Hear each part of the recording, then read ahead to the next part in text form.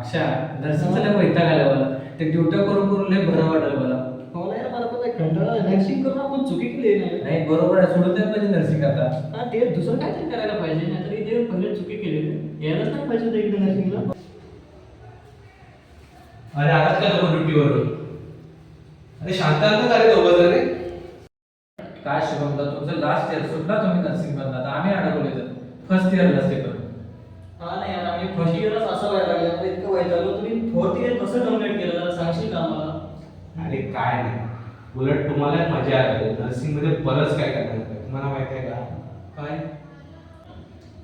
चला मी तुम्हाला सांगतो.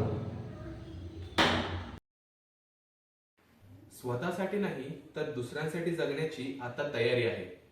स्वतःसाठी नाही तर दुसऱ्यांसाठी जगण्याची आता तयारी आहे.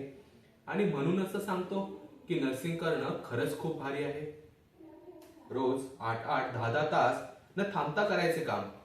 रोज 8-8, 10-10 तास न थांबता करायचे काम. बसून नाही तर उभ्याने असते ड्युटी. जरा पण नाही जीवाला आराम.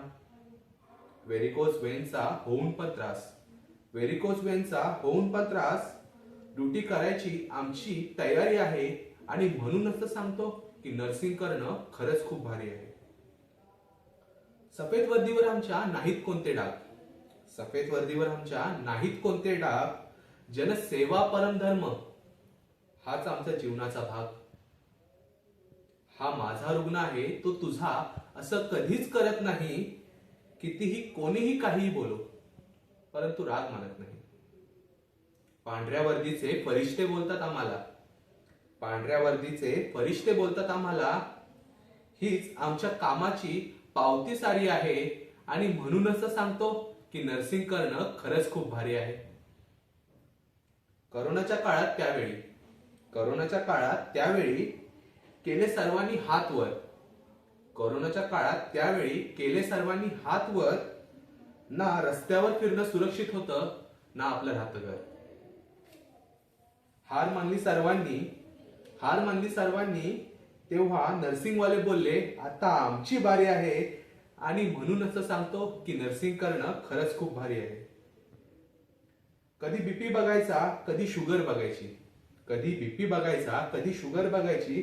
कधी सिरिंज मध्ये वाईल भरायची कधी अँपूल फोडायची. डोळ्यात तेल घालून आमच्या नजरा सतत पेशंटवर असतात. आणि इंजेक्शन देण्याच्या पलीकडे पण आमच्याकडे कामं भरपूर असतात. दुनिया इकडची तिकडे झाली तरी मात्र काम आमचं जारी आहे.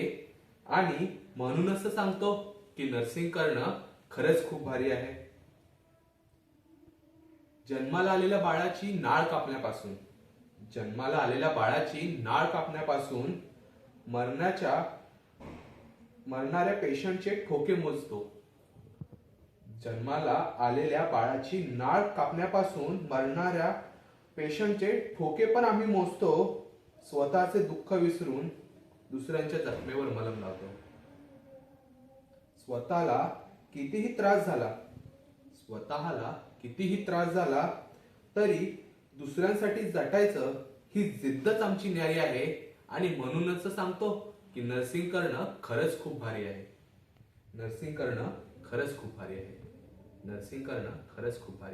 तुम्हाला आता कळलं का की नर्सिंग किती भारी आहे? हा तर याच्यात आम्हाला वाटत होतं की आता फर्स्ट इयरला की नर्सिंग खूप बेकार आहे, मग करायलाच नाही पाहिजे होते. पण तू जेवढं सांगितलंच नाही एवढं तुला एक्सपिरियन्स भेटला याच्यामुळे आम्हाला आता एवढं भारी वाटायला लागलं नाही. आता वाटतं की असं सोडा नाही पाहिजे. भारी केलं इकडे येऊन. अरे शिवमदा, खरंच मला वाटत नाही मी आता माझ्या ड्युटीला कधी कंटाळणार. तुझं ऐकून तर अजिबात मला वाटत नाही मी कंटाळणार. म्हणूनच म्हणतो ना की नर्सिंग करणं खरंच खूप भारी भारी आहे.